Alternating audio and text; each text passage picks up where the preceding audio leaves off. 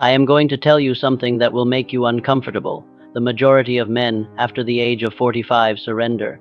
They accept that it is too late to fundamentally change their financial reality. They convince themselves that great achievements are reserved for the young, for the well-connected, for those born into prosperity. They accept a life of quiet resignation. This video did not come to you by chance.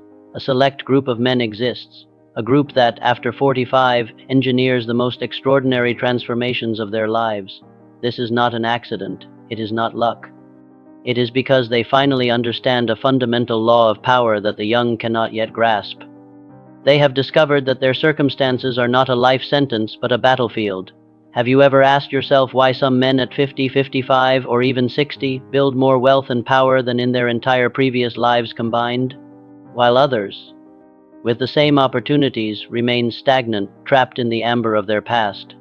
The answer is not in what they do with their hands, but in the commands they give to their minds. The truth is this: your current situation is the direct, physical manifestation of what your subconscious mind has been commanded to believe you deserve. It is a perfect reflection of your internal code. To change your reality, you must rewrite that code.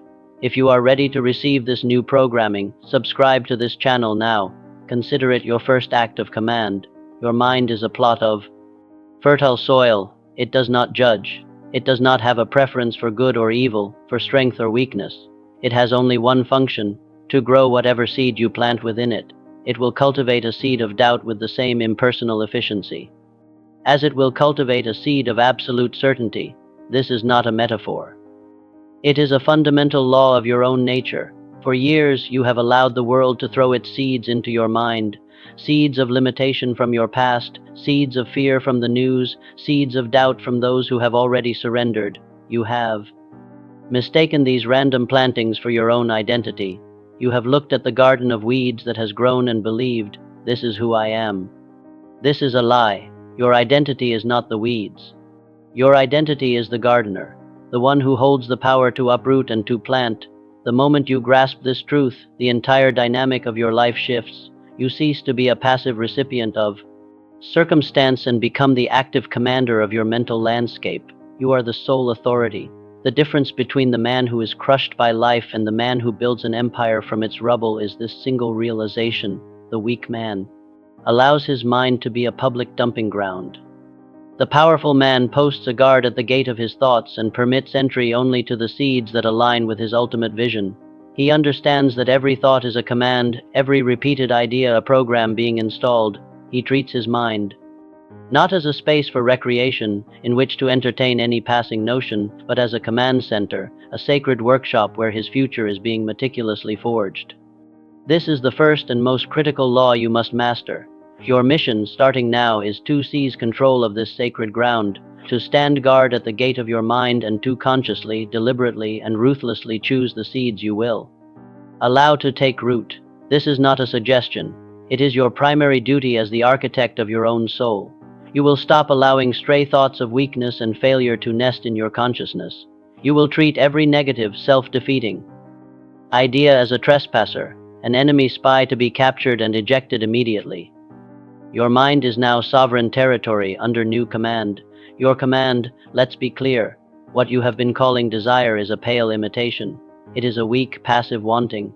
It is the comfortable thought of, "I would like to have more," or "it would be nice to be in shape." This kind of wanting has no power. It is a fleeting wish, an idle daydream that requires no commitment and therefore produces no results. It is the currency of the mediocre. Burning desire is an entirely different force of nature. It is not a preference. It is a consuming fire. It is an all-encompassing obsession that seizes your entire consciousness. It is a thought so dominant that it crowds out all possibility of failure. It is the force that wakes you up at a.m., not with an alarm clock, but with a heart pounding with purpose. This is the state of mind that transforms a man from a dreamer into a creator. It is a force so intense that you can see, feel, and taste your objective long before it materializes in the physical world. It becomes more real to you than your present circumstances. This is the starting point of all great achievement. Without it, you are merely playing games. Edwin C. Barnes was a man who possessed no resources, no connections, and little education. Yet he became the business partner of the great Thomas Edison. Why? Because he did not simply want to work with Edison. He had a burning desire. He traveled to Edison's office, uninvited, and declared he would work with him. He was a man possessed by a single, immovable idea. Edison saw in Barnes's eyes not the look of a job seeker, but the fire of a man who had already made an irreversible decision. Barnes didn't have a way back. He had burned his bridges, his desire left no room for retreat. This is the energy that the universe is forced to obey. You are the man who now cultivates this same fire. Your new command is to select one single, definite chief aim for your life, not 10 aims, not 5, one, an objective. So meaningful that the thought of it electrifies you. You will write it down. You will read it aloud every morning when you wake and every night before you sleep. You will saturate your mind with it. You will feed this fire until it becomes a roaring inferno, until it consumes every ounce of doubt, fear, and laziness within you. You will transform your vague wishing into a white-hot, singular obsession. This desire is now the new law of your life, and everything else will bend to it. You have been programmed to believe that your past is a liability. You look at your scars, your failures, and your disappointments as proof that you are damaged goods.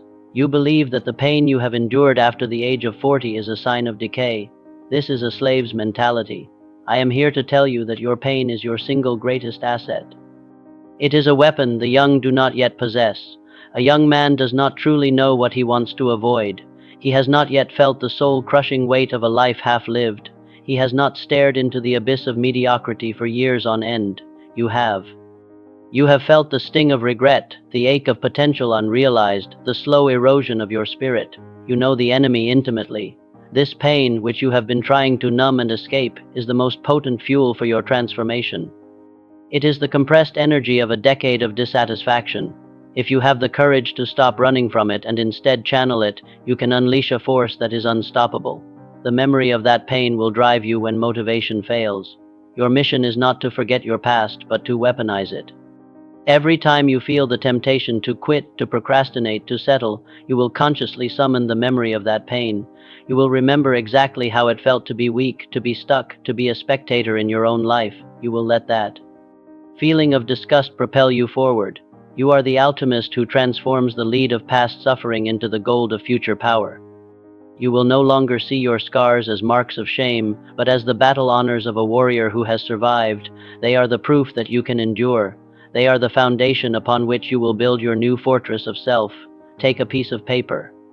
Write down the single greatest pain your mediocrity has cost you, the opportunity missed, the respect lost, the self-disgust felt. Be specific. Feel it again for one last time. Now, right beneath it, this is my fuel. Never again. This paper is your covenant. Look at it every single day. Let the fire of never again burn away the comfort of the present moment. Your pain is no longer your prison. It is your propulsion system. You are the man who is no longer defined by his wounds, but is powered by them. You are living inside an invisible prison. It is a cage constructed by society to keep you average, predictable, and manageable. Its bars are forged from phrases you have heard your entire life. Be realistic. Act your age. Don't rock the boat. It's too late to change. This conditioning is a lethal virus that infects your decisions before you even make them. This virus programs you to seek evidence for why you cannot achieve something, instead of marshaling your resources for why you must. It makes you look at the success of others and find reasons why their situation is different, rather than seeing them as proof of what is possible. It is a program of self-sabotage designed to keep the herd intact, the men who achieve extraordinary things after 45 are, without exception, rebels. They are men who make a conscious and violent decision to break with this consensus reality. They declare a private war on the concept of normal.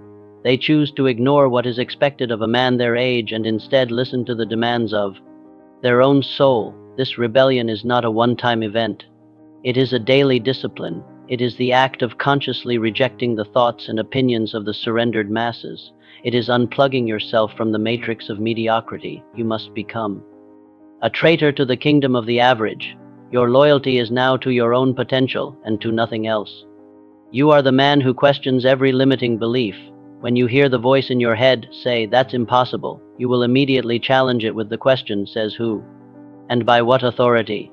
You will treat every realistic thought as an enemy infiltration attempt, a piece of hostile code designed to neutralize your power. This is your declaration of independence. You no longer subscribe to the mass delusion that your age is a barrier. You see it for what it is, a filter, a test. It filters out the weak, the hesitant, and the undisciplined, leaving only those with the fortitude to define their own reality.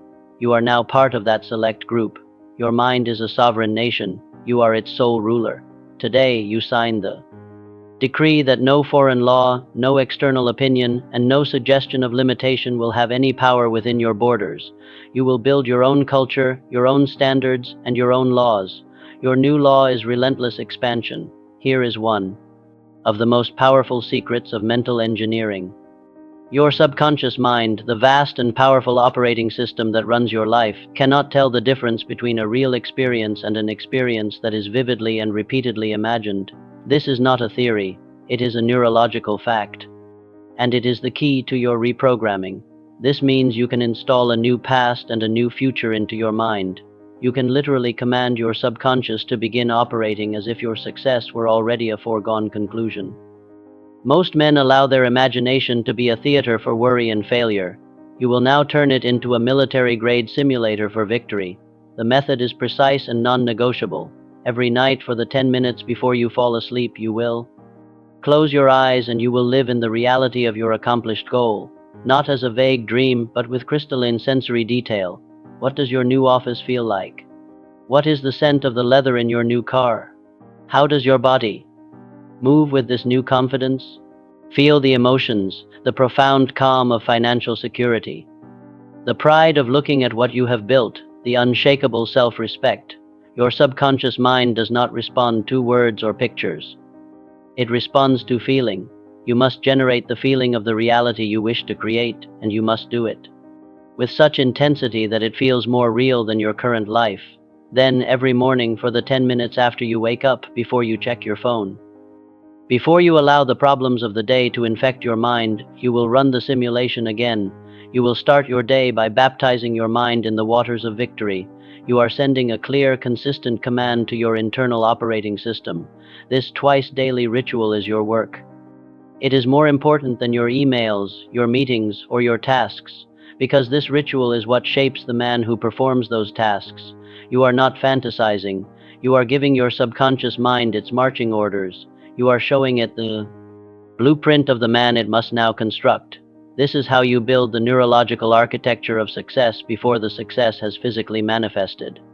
You become the man internally first. The external world then has no choice but to rearrange itself to match your new internal reality. This is the law. You are the commander of your imagination. Execute. Visualization without action is delusion. It is the masturbation of the mind. But the action you will now take is of a completely different quality than the desperate, grinding effort of your past. The action of a reprogrammed man is what I call inspired action. It is action that flows from a place of certainty, not from a place of fear. When your subconscious mind is fully aligned with your definite chief aim, something remarkable happens. You begin to perceive opportunities that were previously invisible to you. Your mind, now tuned to a new frequency, starts to filter reality differently. The right people, the right ideas, and the right circumstances seem to appear as if by magic. This is not magic. It is the law of attraction in its most practical, unsentimental form. Your mind, now obsessed with a single purpose, becomes a powerful magnet. It actively seeks and identifies the components necessary for its materialization. Conversations you overhear suddenly contain the key you were looking for. An article you read provides the missing piece of the puzzle. You will find yourself making bold decisions with a calm that surprises you. The risks that once paralyzed you now seem like logical steps. This is because you are no longer acting to get something. You are acting as the man who already has it. You are simply taking the steps consistent with your new identity. This is the difference between fighting for victory and fighting from victory. This state of inspired action is the ultimate proof that your reprogramming is successful. It is the external evidence of your internal alignment.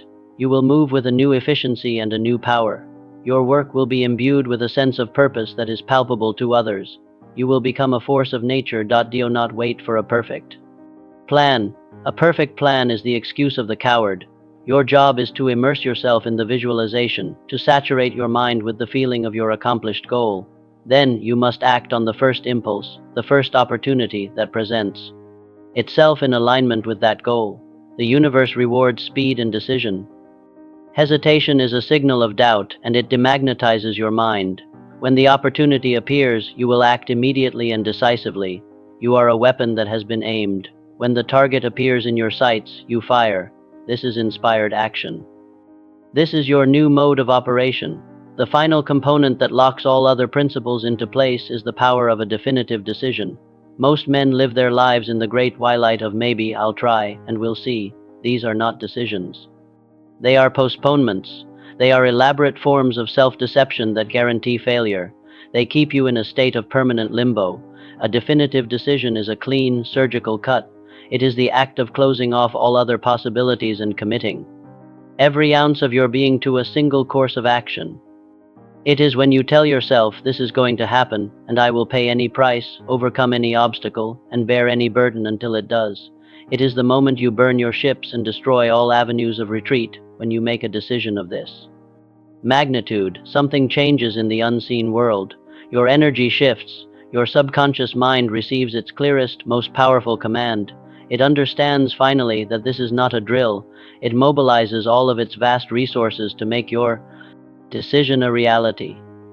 The command is now law, but here is the secret that very few understand.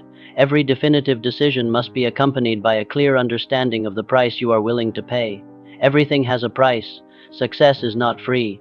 The question is not whether you will pay, but whether you are willing to make the payment up front. The price might be your comfort. It might be giving up hours of sleep for a year. It might be severing ties with negative people who drain your energy. It might be investing your savings into your new venture. It might be the temporary pain of facing your deepest fears. You must identify this price and agree to pay it with no resentment. You are no longer a man who hopes for a different outcome. You are a man who has decided on a different outcome and has committed to paying the full price in advance. This is the mindset of kings, of builders, of conquerors. They decide what they want, and then they make reality conform to their decision. I command you now to make your decision. Not tomorrow, not in an hour. Now, look at the chief aim you wrote down. Declare out loud, I have decided to make this my reality. I will persist until I succeed. There is no other option. Feel the finality of those words.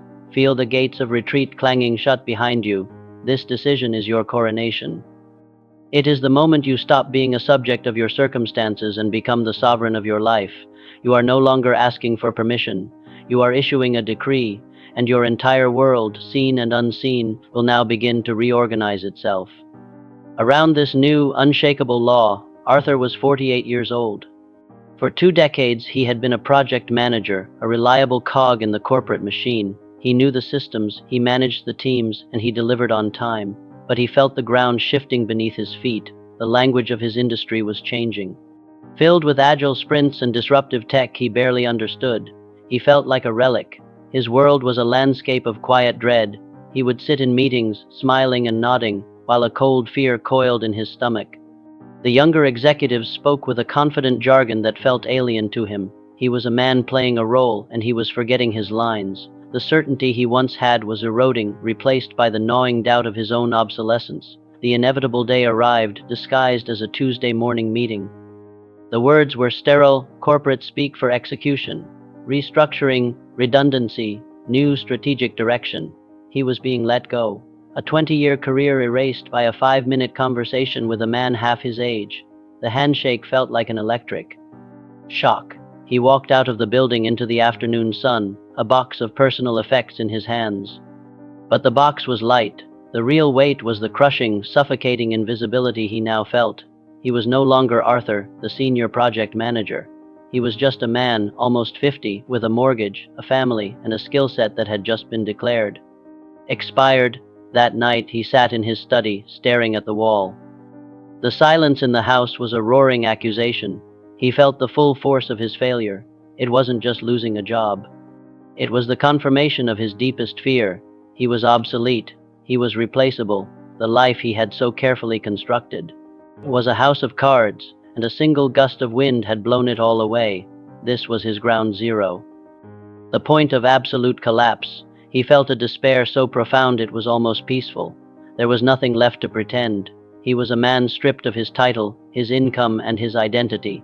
He had two choices: surrender completely to the abyss, or find a new law to live by. This moment of total devastation was not the end. It was an involuntary, brutal gift. It was the necessary fire to burn away the old, comfortable identity that had been holding him captive. He did not know it yet. But his real training was about to begin. For weeks, Arthur drifted in a fog of rejection and shame. He sent out resumes that disappeared into a digital void. He networked with former colleagues who offered sympathetic words but no real opportunities. The world seemed to have moved on without him, and the virus of doubt was metastasizing in his mind, telling him it's over, you're finished. One afternoon, seeking refuge from the house, he found himself in an old, dusty bookstore. He ran his hand over the spines of books, not looking for anything in particular. An old, leather-bound volume seemed to call to him. The title was simple: The Iron Will. It was the biography of a 19th-century industrialist, a man named Sterling. He began to read, standing in the aisle. The book didn't offer business strategies. It was a deep dive into the man's mind. Sterling wrote, "A man's fortune is not built in the marketplace.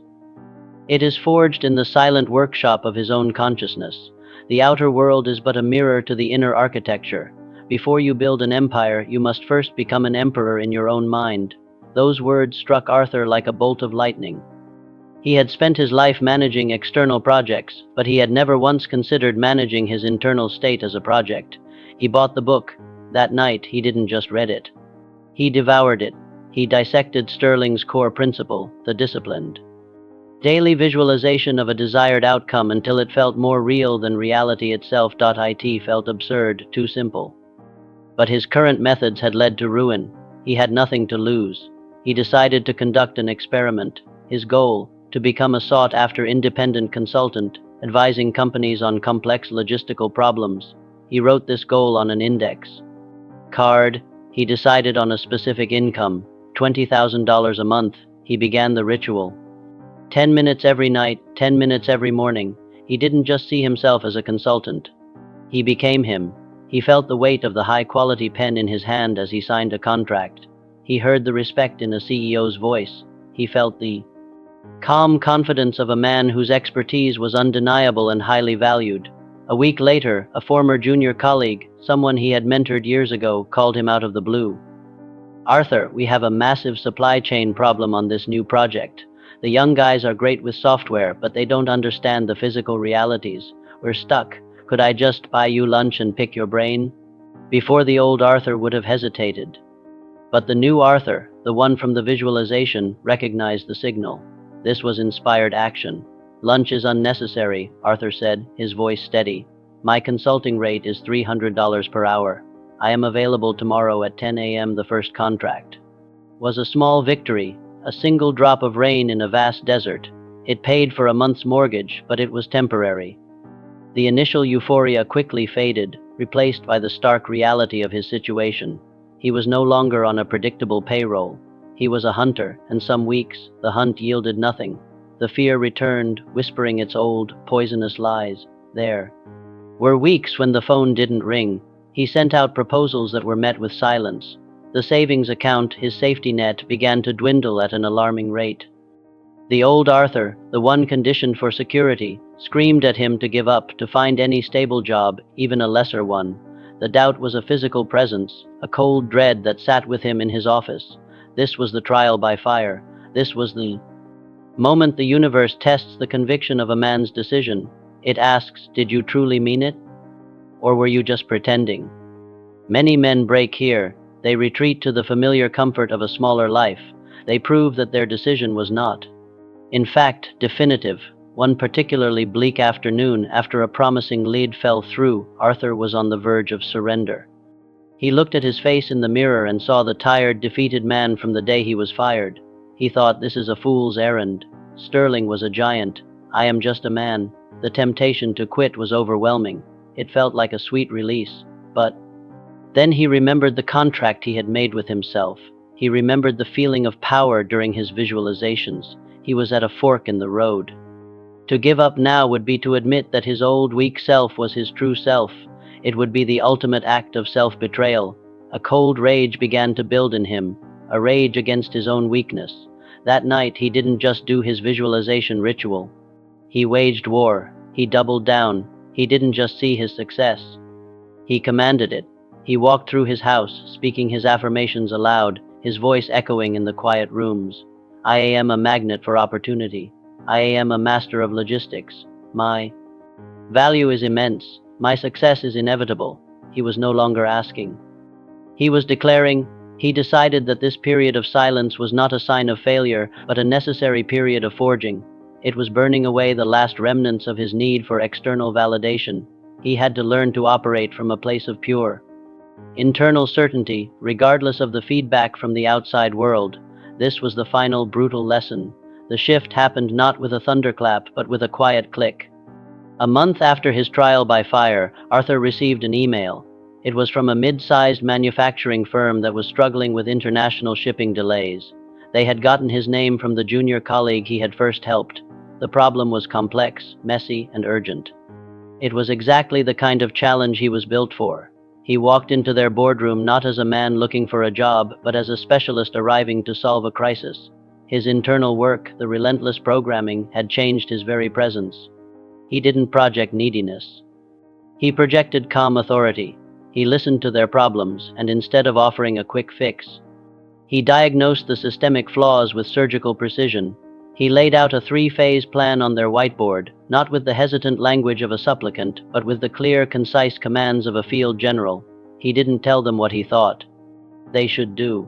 He told them what they would do under his guidance. At the end of the presentation, there was a long silence. The CEO, a man known for his tough negotiating, didn't haggle.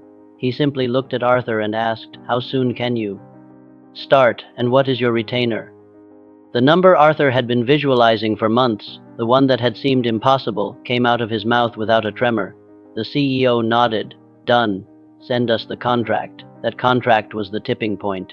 It was the physical manifestation of his new internal architecture. With the stability and the credibility of that major client, others followed. His reputation began to spread through the industry grapevine. He was no longer the obsolete manager. He was Arthur, the fixer, the man you called when a $1 million problem needed a solution. 1 year after the day he was fired, Arthur sat in his new office, not a sterile corporate cubicle, but a space he had designed himself. His monthly income was now triple what it had been at his old job. He had hired 2 analysts to support him, but the money was a secondary victory. The real transformation was the man looking back at him from the reflection in the window. The fear was gone, replaced by a quiet confidence. The doubt was gone, replaced by a deep well of self-trust. He moved with a purpose that was entirely his own. He was no longer a cog in a machine. He was the machine's designer. He had not simply found a new job. He had forged a new identity from the ashes of his old one. 2 years into his new life, Arthur received an invitation to speak at his old university's business school. He stood on the stage, looking out at a sea of young, ambitious faces. They looked at him as a titan of industry, a model of success. They had no idea about the box of his belongings, the nights of terror, or the war he had waged within the confines of his own mind. He didn't share platitudes about hard work and networking. He shared the truth. He spoke of the mind as a workshop. He spoke of desire as a fire to be stoked. He spoke of decision as the tool that gives a man command over his destiny.